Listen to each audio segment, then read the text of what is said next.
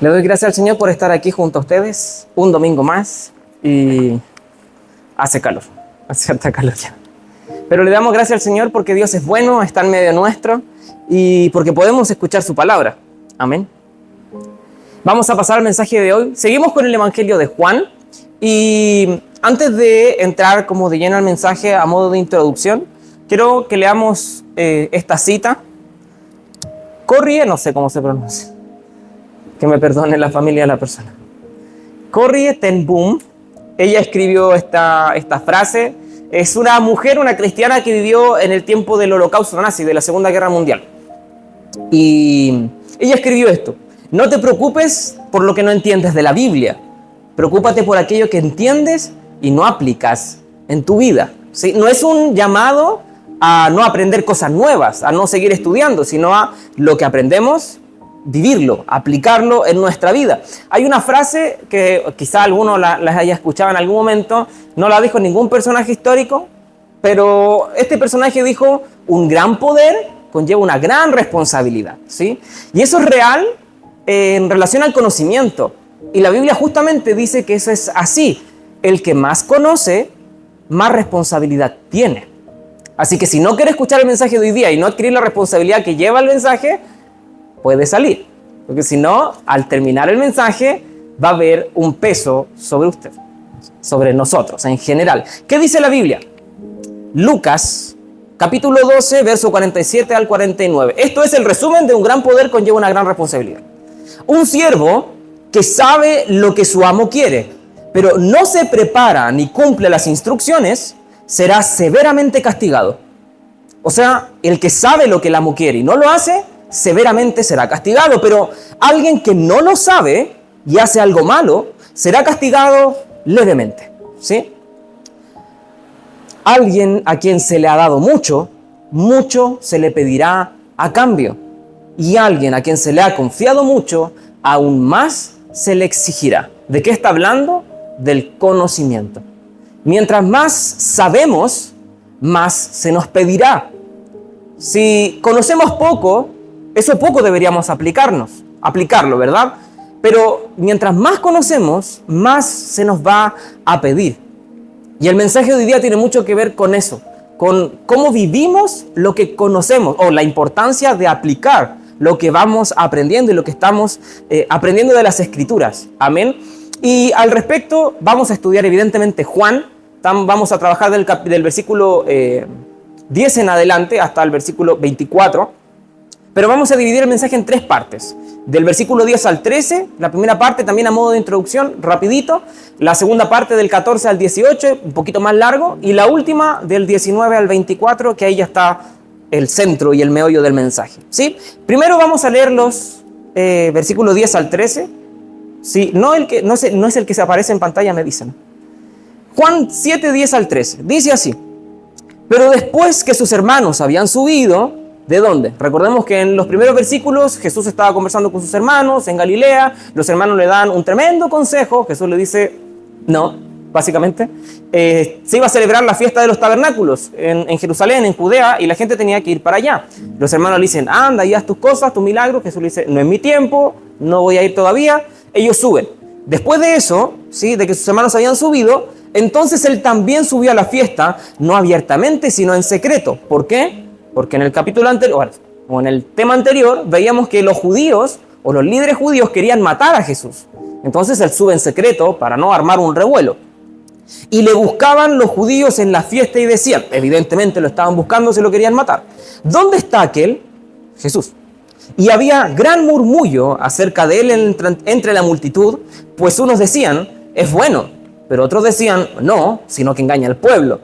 Pero ninguno hablaba abiertamente de él por miedo a los judíos. Entonces Jesús, luego de que sus hermanos fueran a la fiesta, Jesús sube después.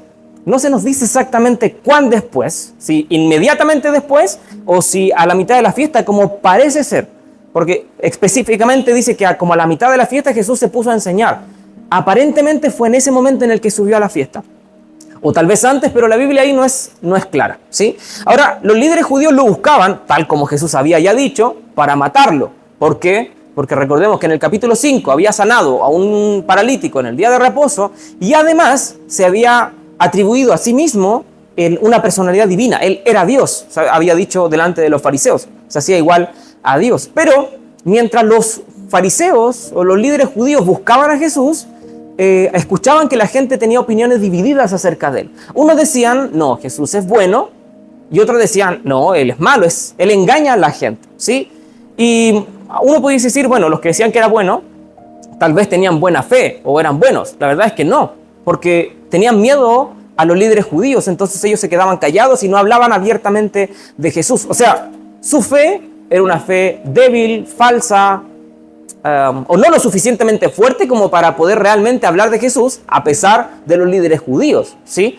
Nadie hablaba de Jesús abiertamente, eran solo murmullos, algo que se escuchaba por allí, pero no había nadie realmente se paraba y decía, yo creo en Jesús, yo creo que Él es el Mesías. Nadie lo hacía, todo era oculto.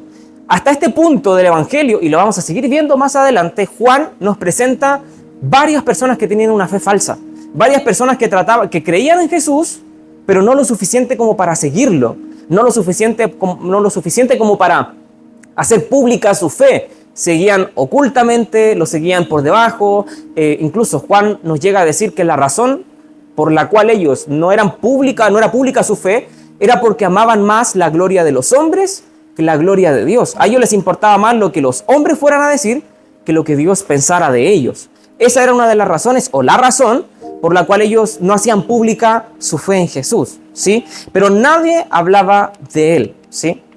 Ahora, hoy en día no es distinto. Mucha gente cree en Jesús y uno le pregunta acerca de Jesús.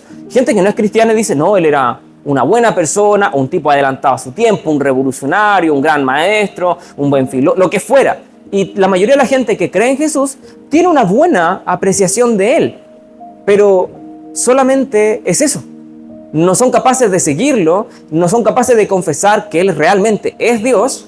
Entonces, la buena apreciación de Jesús no los hace salvos, ¿sí? Recordemos cuando Jesús le dice, enseñándole a sus discípulos o a la multitud, en un momento Jesús dice que cuando llegue el día final, algunas personas se van a presentar delante de Él y le van a decir, Señor, Señor, en tu nombre hicimos milagros, echamos fuera demonios, hicimos esto y aquello. ¿Y qué les va a decir Jesús? Apártense de mí, no los conozco, obradores de maldad, ¿verdad? Pero cuando Jesús dice eso, estas personas dicen Señor, Señor. Y cuando nosotros leemos en la Biblia que se repite el nombre o la manera de referirse a una persona, eso demuestra cariño y cercanía.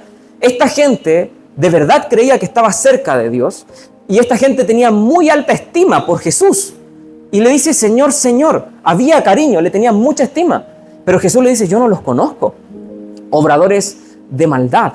La gente muy similar a ellos tiene muy alta estima de Jesús y lo considera un buen maestro. Incluso que es bueno leer la Biblia porque las enseñanzas de Jesús son muy buenas, ayudan al ser humano. Pero queda en eso. Ven a Jesús como un buen tipo simplemente. Y un buen tipo no es nada más que eso. Un buen tipo no merece adoración. Un buen tipo no merece que lo sigan. Un buen tipo, nadie merece morir por un buen tipo. Es un buen tipo nomás, ¿sí? Pero la Biblia nos dice que Jesús es un buen tipo. Jesús es Dios y Él merece obediencia y adoración. Ese es un extremo del buenismo, pero que no siguen a Cristo. Y el otro extremo es decir, Jesús está loco. Jesús es un mentiroso, es un engañador. Ese es otro extremo. Y también sucede hoy día. Hay gente, algunos estudiosos dicen que con respecto a Jesús solo pueden haber tres opiniones o tres posibilidades. O Jesús era un mentiroso que engañaba a la gente, o Jesús estaba loco, esquizofrénico y en verdad creía lo que él decía hacer, pero estaba loco, tenía un problema, o Jesús decía la verdad. No hay otra posibilidad. Es que Jesús era bueno, pero Él no era Dios, pero él era bueno. O era un mentiroso, o estaba loco, o decía la verdad. Una de las tres, no hay un punto intermedio. La gente dice, algunos, tal cual como esto, no, Jesús era un buen tipo. Es que si Jesús era un buen tipo, pero no era verdad lo que Él decía, no era un buen tipo porque estaba engañando. Porque Él decía que era Dios. Y si Él estaba mintiendo, Él ya no es un buen tipo. Él es un mentiroso, Él es un engañador.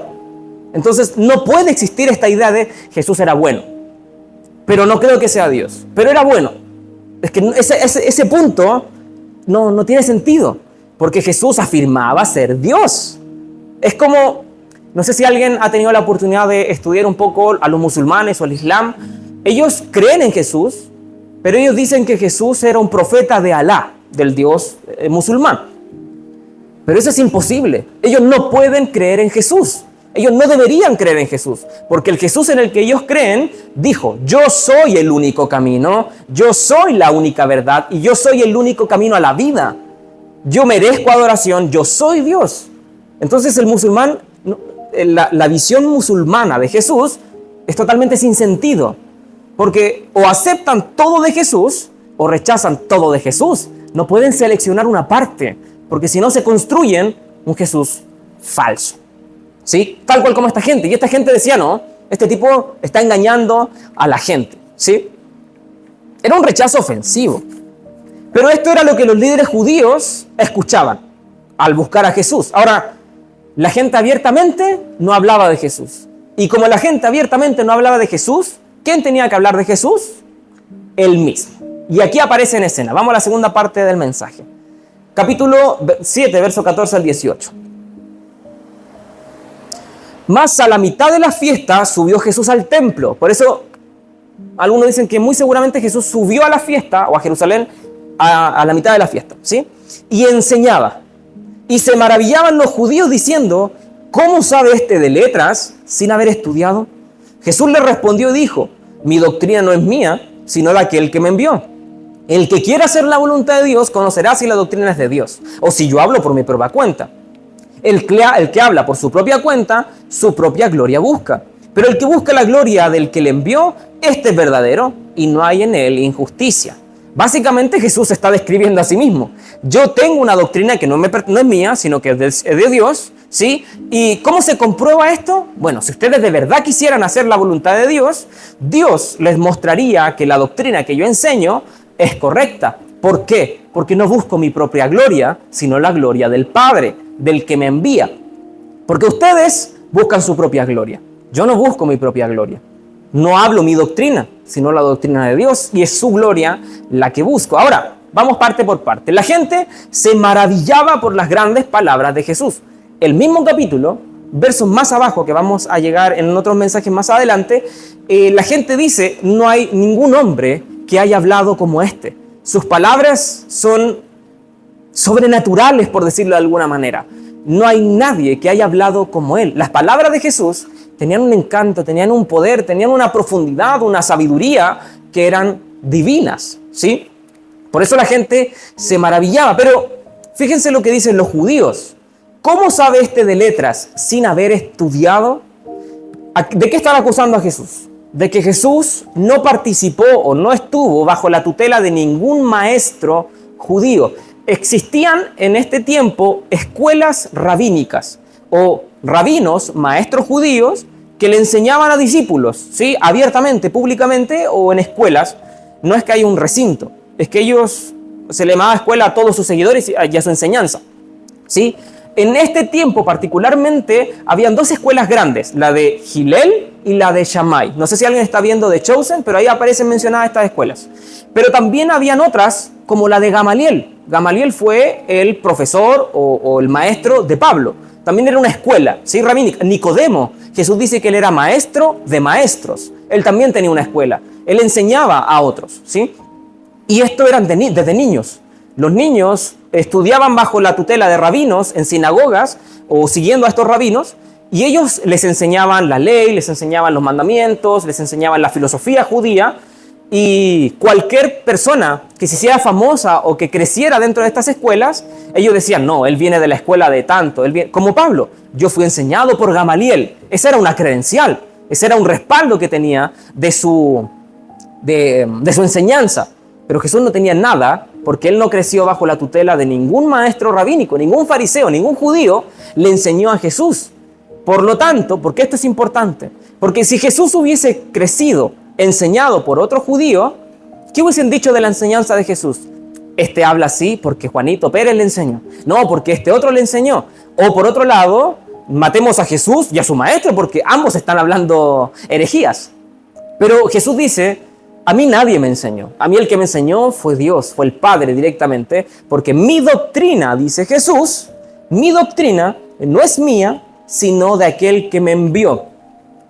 En los días miércoles estamos estudiando Romanos y hemos visto en el primer versículo que entre la Reina Valera 1960 y la versión NTV, la NTV traduce un poco mejor el primer versículo al menos, que a donde recién hemos llegado. Pero en esta parte, aquí yo prefiero la Reina Valera que la NTV, no porque la palabra sea distinta, sino por el sentido. Jesús dice mi doctrina, pero la NTV y la gran mayoría de las otras versiones dicen mi enseñanza o mis palabras. La palabra textual es doctrina o enseñanza, porque la palabra es la misma, es didaje. Esa es la palabra que ocupa el griego. Se puede traducir como doctrina o como enseñanza. Pero a la luz del mensaje de hoy, la palabra doctrina calza mejor. Porque cuando hablamos de las enseñanzas de Jesús, uno dice, lo que Jesús enseñó. Pero cuando hablamos de doctrinas de Jesús, parece ser que tiene una profundidad mayor, o que es más complejo, o que incluso es menos espiritual, ¿sí? Cuando hablamos de la importancia de las doctrinas, cuando hablamos de, no, hay que enseñar doctrina, muchas iglesias lo ven como con recelo, la palabra doctrina. Y por eso prefiero la Reina Valera en este caso, porque quiero que nos centremos en eso. Parte del mensaje de hoy día tiene que ver con la importancia de la doctrina. Ahora, ¿es mala la doctrina? Hoy en día hay muchos, lastimosamente, muchos que critican la doctrina, que enseñar doctrina es estar lejos de lo espiritual, que enseñar o dedicarse a la doctrina es matar al espíritu. Pero veamos rápidamente un par de objeciones con respecto a la doctrina. Muchos dicen, la doctrina es mala porque la doctrina causa división. ¿Cómo respondemos a eso? Amén. Y justamente por eso es buena la doctrina. Es necesario que haya división. Ahora, ¿cómo? ¿No que estamos llamados a la unidad y a la paz? Sí, pero la unidad debe ser cuidada, velada y trabajada en aquellos que creen lo mismo. Yo no puedo tener unidad con aquel que no cree lo mismo. Y muchos dicen, Jesús vino a traer paz. Y de alguna manera sí, pero escuche lo que dicen las propias palabras de Jesús. Lucas 12:51. ¿Piensan que vine a traer paz a la tierra? No, vine a causar división entre las personas. Eso vino a hacer Jesús. ¿Cómo? Jesús no vino a traer paz, pero él mismo dice que no, sino que vino a producir división. ¿Qué es lo que sucedió acá? División. Unos dicen, Jesús es bueno. Otros dicen, no, Jesús es malo. ¿Eso qué es? División. ¿Qué pasó con Nicodemo? Nicodemo creyó en Jesús, terminó creyendo, ¿sí? ¿Eso no causó división? ¿Qué pasó entre los fariseos y los saduceos? ¿Qué pasó entre los discípulos, entre un montón de gente? No, yo sí creo en Jesús. Y otros dicen, no, yo no quiero creer en Jesús. ¿Eso qué causó? División. Y Jesús lo dice en el mismo Lucas, voy a poner en división al padre con el hijo, a la hija con la madre. Donde hayan 5, 3 y 2 van a estar divididos. ¿Por qué es eso? Porque eso es lo que causa la verdad de Cristo. Eso es lo que causa la verdad. La verdad separa el error. La verdad corta en medio de lo que dice que sí y lo que dice que no. Si en mi hogar mis padres creen, por ejemplo, que el aborto es correcto y yo creo que no, porque la Biblia sí lo enseña, ¿qué causa eso? División. Si yo creo que la vida tiene valor desde la concepción hasta incluso más allá de la muerte, pero resulta que mi pareja, mi hijo, mi mejor amigo cree lo contrario, ¿qué causa eso? División. Si estamos en la iglesia y creemos que la palabra de Dios es suficiente, es infalible, no se equivoca, no falla, es la única norma de verdad, pero llega un personaje y dice, no, la Biblia no es inspirada, ¿qué va a causar la verdadera doctrina? Va a dividir. Si nos juntamos todos nosotros con los musulmanes y decimos, vamos a ser amigos y vamos a unirnos porque es mejor juntar las cosas que tenemos en común que las que nos dividen. Y perfecto, nos abrazamos, nos decimos, te amo musulmán, él nos dice, te amo cristiano, perfecto. Vamos a orar. Bendito Jesús, Hijo de Dios, nuestro Salvador. El musulmán nos va a mirar y va a decir, no. Y él va a decir, Alá o al profeta Mahoma, y lo vamos a mirar y ¿qué vamos a decir nosotros? No. ¿Qué va a producir entonces la doctrina? División. Juntémonos entonces con el católico. Vamos a adorar a Dios. Perfecto. Nosotros vamos a adorar al Dios y Padre. Y ellos van a decir, María, Madre de Dios. A ver, ¿qué va a producir la doctrina? División. Nos vamos a dividir. ¿La doctrina produce división? Sí. Y es necesario. Porque va a separar el error de la mentira. De la verdad, perdón. La mentira de la verdad. Es necesario. Ahora, otros dicen, la doctrina es mala porque estar estudiando mucho, el conocimiento va a producir que nos envanezcamos. Porque 1 Corintios 8:1 dice, el conocimiento envanece, pero el amor edifica. ¿Qué significa? Que es mejor amarnos que estudiar. No, Pablo no dice eso. De ninguna manera. No cuando insistentemente Pablo hace hincapié de la doctrina. Pablo le dijo a Tito, tú preocúpate de hablar todo lo que esté de acuerdo con la doctrina. Eso le dijo a Tito. ¿Qué le dijo a Timoteo? Preocúpate de ti mismo y de la doctrina, porque haciendo esto podrás salvarte a ti mismo y a los que te escuchan. Hablando de la doctrina. ¿Qué entonces está diciendo Pablo con respecto a que el conocimiento envanece? Que el conocimiento sin la sabiduría de Dios, sin el fruto del Espíritu Santo, no sirve de nada, es solo información. Y ese conocimiento, que es información, que no tiene carácter, no tiene fruto, ese conocimiento produce orgullo, produce soberbia, envanece. ¿Sí? Ahora, otros dicen también, no, es que la doctrina es contraria al Espíritu Santo, es contraria a Dios. ¿Qué dice Jesús? La doctrina que yo hablo no es mía. ¿De quién viene? Es de Dios. ¿Cómo que la doctrina va a estar en contra de Dios? Si Jesús predicó doctrina, si Jesús habló de doctrina, ¿verdad? Ahora, ¿por qué es tan importante? Lo dice incluso aquí inmediatamente. La voluntad de Dios está ligada a la doctrina. ¿Qué dijo Jesús? El que quiera hacer la voluntad de Dios conocerá si la doctrina que yo predico es mía o no. De manera que la voluntad de Dios está ligada a la doctrina. Para hacer la voluntad de Dios necesitamos conocer las enseñanzas de Dios, las enseñanzas de Jesús, su doctrina. De otra manera, ¿cómo podría yo hacer su voluntad? Si la voluntad de Dios está revelada en las Escrituras, en la palabra de Dios, en las enseñanzas de Jesús, eso es doctrina. Recordemos, doctrina es lo mismo que enseñanza. Es exactamente lo mismo, ¿sí?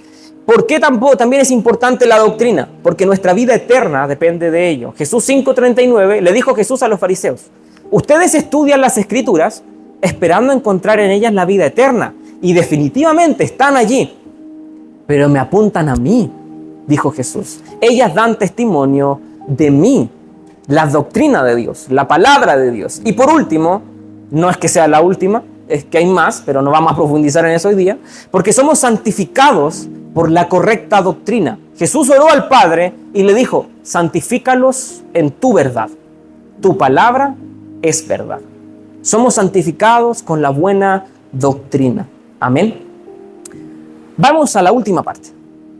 Versículo 19 al 24. ¿No os dio Moisés la ley y ninguno de vosotros cumple la ley? Chan, chan. ¿Por qué procuráis matarme? Respondió la multitud y dijo, demonio tienes, ¿quién procura matarte? Jesús respondió y les dijo, una obra hice y todos os maravilláis.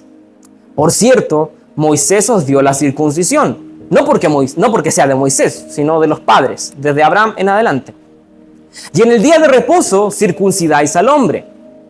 Si recibe el hombre la circuncisión en el día de reposo, para que la ley de Moisés no sea quebrantada, os enojáis conmigo, porque en el día de reposo sané completamente a un hombre. No juzguéis según las apariencias, sino juzgad con justo juicio. Solo entre paréntesis, ¿la Biblia nos prohíbe juzgar? No. Aquí nos está diciendo justamente cómo hacerlo. No con las apariencias, con justo juicio. Vamos a ver, aquí ya llegamos al centro del mensaje, ¿sí? Los judíos tenían la ley de Moisés, buena doctrina, ¿sí? Todo el Antiguo Testamento, pero había un problema. ¿Cuál era el problema? No la obedecían. Eran hipócritas, porque ellos tenían la buena doctrina. Ellos hablaban de la buena doctrina, pero no la obedecían. Eso los hacía falsos, hipócritas. Ahora, paradójicamente, querían matar a Jesús porque Jesús sí obedecía esa doctrina. Ellos tenían la ley, no la obedecían. A nadie le importaba. Jesús obedecía esa ley que ellos tenían y era un revuelo gigante. Querían matarlo porque obedecía la ley. Ahora, ¿por qué? Porque Jesús era consecuente. Él predicaba y él vivía lo que él predicaba. No tenían cómo hacer caer a Jesús porque era intachable. Llegaron a tal punto que no pudieron hacerlo caer por la ley y lo hacían caer por sus propias normas, por su propia ley. La moneda, ¿acaso hay que pagar tributo? Apedrear a la mujer o muchas otras cosas que trataban de hacer caer a Jesús, pero Jesús los hacía callar y los reprendía a todos, ¿sí? ¿Por qué era esto? Porque los fariseos confundían la ley con el legalismo. La ley es todo lo que está revelado en el Antiguo Testamento, en la ley de Moisés, pero los judíos le habían agregado como 25.000 kilos de leyes más todavía a todas esas normas, ¿sí? Era eso lo que confundían. Decían, Jesús sí, tal vez obedece la ley, pero no obedece todo el resto de mandamientos. Pero Jesús le dice en un momento, esos mandamientos son de hombres. Esos mandamientos no honran a Dios. De hecho, se los dijo, ustedes me honran, pero me honran en vano porque siguen mandamientos de hombres y no la palabra de Dios, ¿sí? Ahora, los fariseos se sentían superiores al tener la ley. Se sentían muy superiores. Y eso les daba como una especie de orgullo doctrinal. Pero Jesús los reprende en varias oportunidades porque había una inconsecuencia entre lo que decían y lo que hacían. Vamos a Mateo,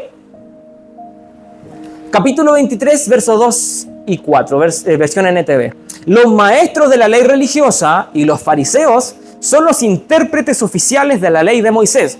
En la Reina Valera dice que ellos se sientan en la cátedra de Moisés, que es básicamente poder interpretar la ley de Moisés.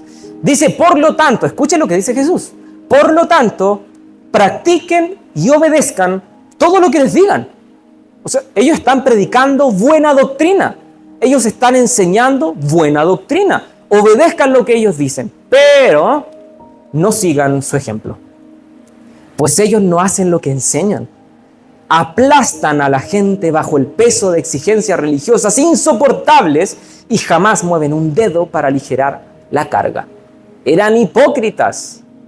Ellos predicaban muy buena doctrina, a tal punto que Jesús les dijo, sí, vayan, escúchenlo, obedezcan lo que ellos dicen porque están en lo correcto, pero su vida no refleja lo que ellos hacen. Y la Biblia nos da varias advertencias a nosotros hoy día sobre hacer esto, sobre escuchar y no obedecer, ¿sí? Vamos, Santiago capítulo 1, 22 al 25. No solo escuchen la palabra de Dios, tienen que ponerla en práctica. De lo contrario, solo se engañan a sí mismos. Pues si escuchan la palabra pero no la obedeces, sería como ver tu cara en un espejo. Te ves a ti mismo, luego te alejas y te olvidas cómo eres. Pero si miras atentamente en la ley perfecta que te hace libre y la pones en práctica y no olvidas lo que escuchaste, entonces Dios te bendecirá por tu obediencia. ¿Qué es lo que está diciendo Santiago? No seamos hipócritas. Si escuchamos la palabra de Dios, obedezcámosla. ¿Cuándo? El lunes comienzo, junto con la dieta. No. Hoy, ahora. ¿Por qué esperar? Necesitamos obedecer. Jesús criticó esto de los fariseos como hipocresía. No para acá. Porque, ¿qué hacían los fariseos? ¿Qué hacían los judíos? Ellos fueron expuestos a la palabra. Ellos fueron iluminados por la luz de la palabra, que dice el Salmo, lámpara es a mis pies tu palabra, ¿verdad? Lumbrera a mi camino. Esa luz de la palabra los iluminó a ellos. Ellos degustaron, probaron la palabra de Dios, pero la Biblia dice que eso no es suficiente. Vamos a leer Hebreos. Sí, está Hebreo, ¿verdad? Sí. No alcanzo a ver. Dios nos libre de estar en este grupo. Pues es imposible lograr que vuelvan a arrepentirse los que una vez fueron iluminados. Aquellos que experimentaron las cosas buenas del cielo y fueron partícipes del Espíritu Santo. Que saborearon la bondad de la palabra de Dios y el poder del mundo venidero. Y que luego se alejan de Dios. Es imposible lograr que esas personas vuelvan a arrepentirse al rechazar al Hijo de Dios. Ellos mismos lo clavan otra vez en la cruz y lo exponen a la vergüenza pública. Aquí no está hablando de gente que ha comido, que se ha nutrido de la palabra. Esta gente lo único que hizo es probar, degustar. No comieron. Esta gente no era la luz. Esta gente estaba expuesta a la luz. Fue iluminada porque estaban ahí en medio. Particularmente esto describe muy bien a los judíos.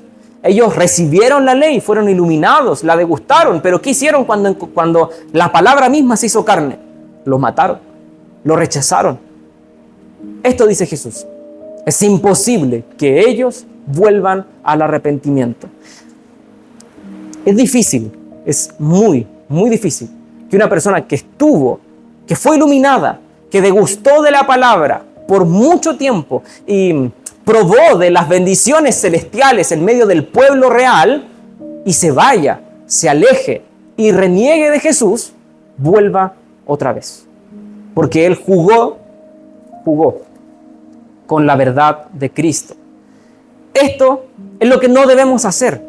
Probar la palabra es venir el domingo y decir, estuvo bueno el mensaje, estuvo bonito, ¿verdad? ¿Qué decía? No mentir. Llega el lunes, supongamos que el domingo no mintió. Llega el lunes, pum, en el trabajo, mentimos. Llega cualquier otra cosa, llegamos a la casa, pum, le mentimos a nuestra pareja, a nuestros hijos, a la gente. ¿Qué estamos haciendo? ¿Comimos de la palabra o solo la degustamos? O solo una degustación. ¿De qué nos sirve ser como los judíos? Tener buena doctrina y no obedecer lo que oímos. Amén. Ahora, el problema no está en la doctrina, como dicen muchos predicadores o mucha gente, que la doctrina es mala, que estudiar está mal, que hay que dejar al Espíritu Santo ser, fluir y lo que fuera. El problema no es la doctrina, porque los que critican la doctrina, adivinen qué predican. Doctrina. Porque la doctrina, ¿qué es? Enseñanza. Básicamente eso. Hay doctrina en cada iglesia del mundo, sea buena o sea mala. Cada persona que predica de la palabra o que se para en un púlpito a hablar lo que fuera, está hablando doctrina. Del peor predicador al mejor predicador. ¿Cuál es la diferencia entre uno u otro? El origen de su doctrina. Fíjense lo que dice Timoteo. Bueno, lo dice Pablo, pero en el libro de Timoteo. Primera de Timoteo capítulo 4, verso 1. Pero el Espíritu dice claramente que en los últimos tiempos algunos se apartarán de la fe, prestando atención a espíritus engañosos y a doctrinas ¿de qué? De demonios. ¿Qué dijo Jesús? Mi doctrina no es mía, mi doctrina es de Dios. Y eso es lo que hablo. Pero hay doctrinas que son doctrinas de demonios. Ahora, si volvemos atrás, ahí,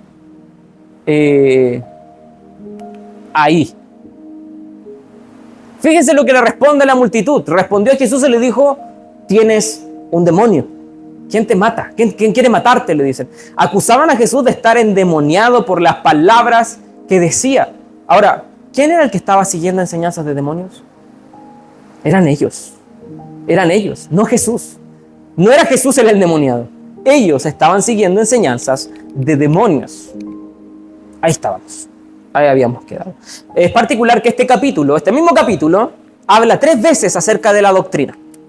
Habla acerca de la doctrina de demonios, habla acerca de la buena doctrina y al último le advierte a Timoteo, ten cuidado de ti mismo y de la doctrina. Perseverando en esto, podrás salvar a los que te escuchan y a ti mismo. ¿Por qué salvar a los que nos escuchan?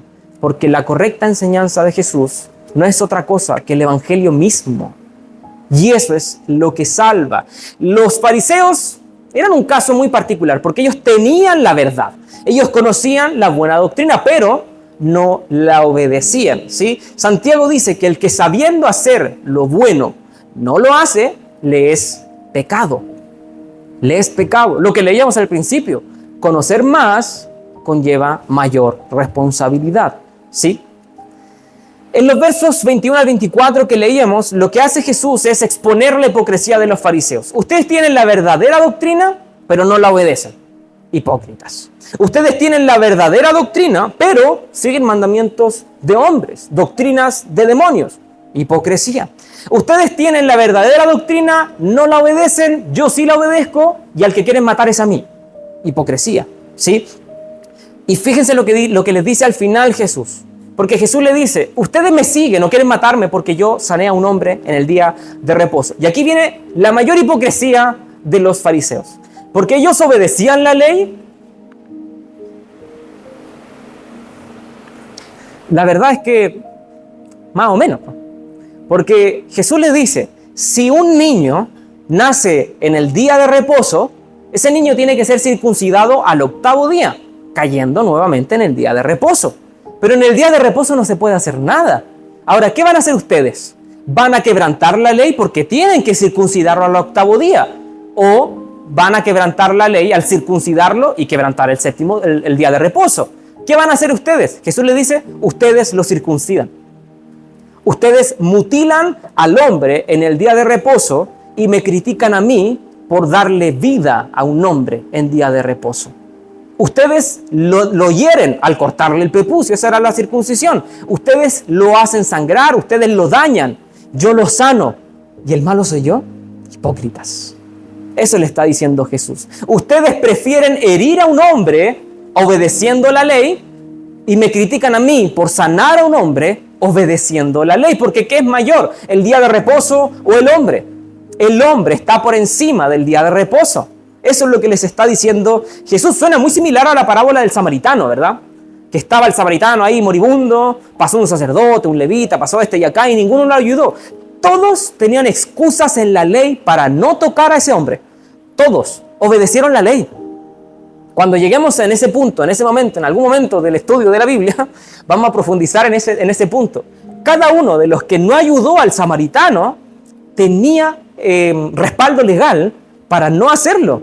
O sea, ellos estaban obedeciendo la ley al no ayudarlo.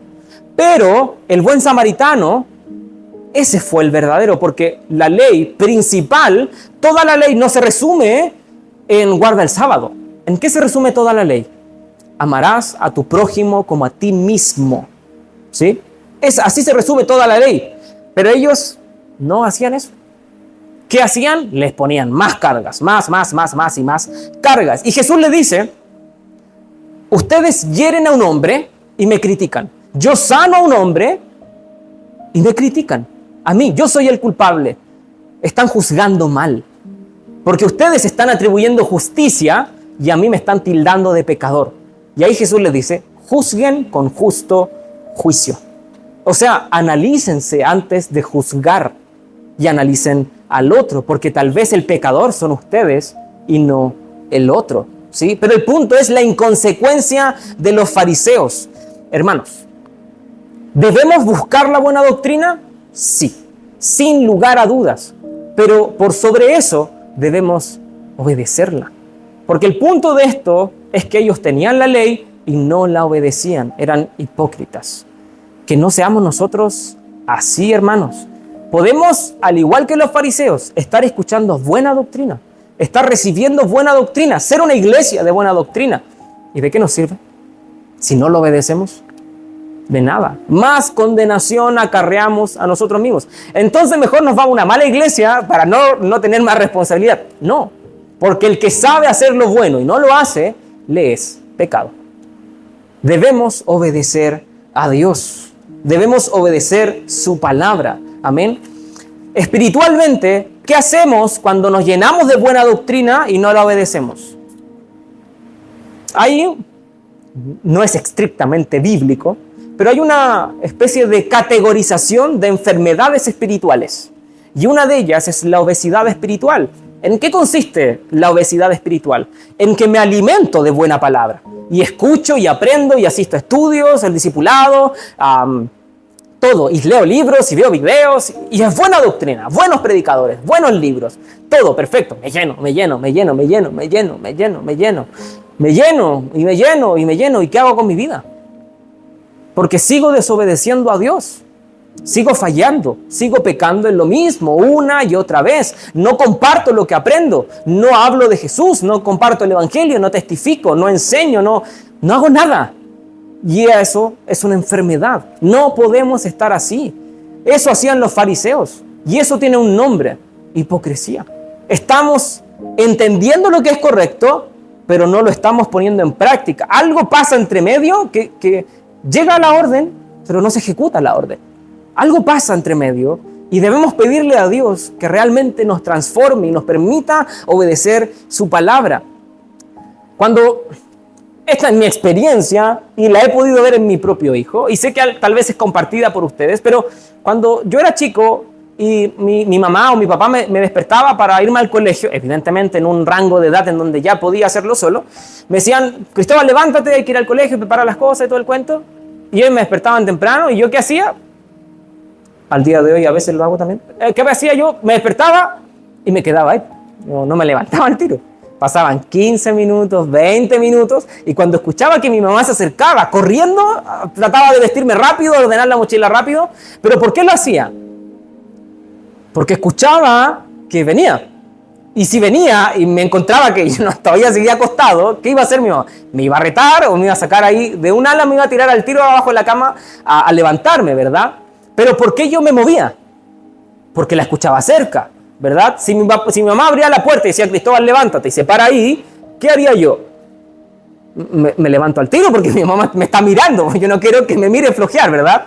Ahora, ¿cómo actuaríamos si fuéramos conscientes que Dios está ahí cuando nos manda a hacer algo?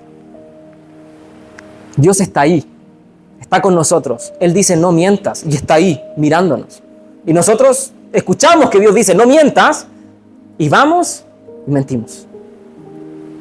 Pensamos que Dios se dio la vuelta y está al otro lado, no nos está mirando. Pero sí, como cuando nuestros papás, cuando chicos, nos mandaban a hacer algo y cuando se acercaban, obedecíamos. Si fuéramos conscientes que Dios está aquí con nosotros, ¿cómo correríamos a obedecerlo? Amén. No nos engañemos a nosotros mismos. ¿Qué esperamos para obedecer? ¿Qué esperamos? ¿Aprender más? Es que antes de dejar de mentir necesito aprender más. No necesitamos eso. Antes de dejar de engañar o de rodar o de malgastar el tiempo o cualquier cosa que no sea buena, ¿qué esperamos? ¿Qué necesitamos para obedecer? ¿Qué es lo que necesitamos? Alguien tal vez diga, ya para ir terminando, y sí, puedo decir que sí. Yo creo que todos. Es difícil, sí, no es fácil. No lo es para nada. Ahora, quiero que leamos un pasaje y quiero que lo abracemos.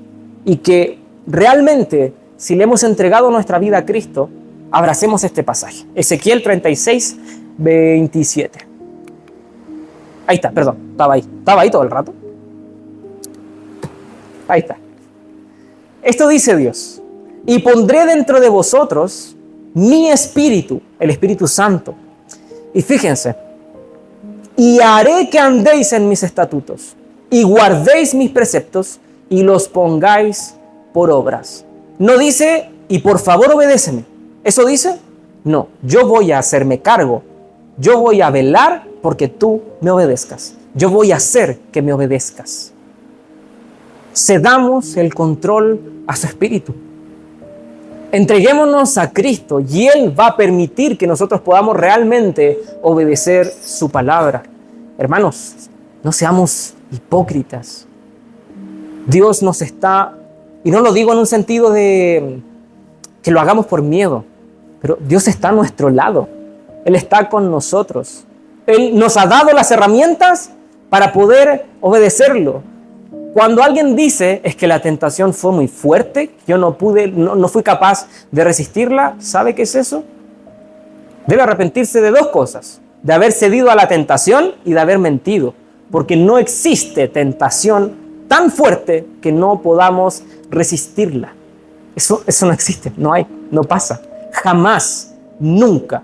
¿Qué significa entonces cuando pecamos? Que en ese momento mi mayor deseo no era Dios. Mi mayor deseo era el pecado. Debo abrazar esto. Entender que es Cristo mi dueño. Entender que es Él el que está conmigo. Entender que es Él el que me dice: Cristóbal, no mientas. Y Él no se va. Él está allí, parado, esperando que no lo haga. Pero no solo parado esperando que no lo haga. Él está allí ayudándome a no hacerlo. Quiero que terminemos con una oración. Bueno, todos los servicios, todos los mensajes terminan con una oración. Pero quiero que esta oración quiero que esta oración la leamos y la obedezcamos de verdad, ¿sí? Lo invito a colocarse de pie. Y quiero que la leamos, bueno, los que alcancen a leerla, todos juntos, ¿sí?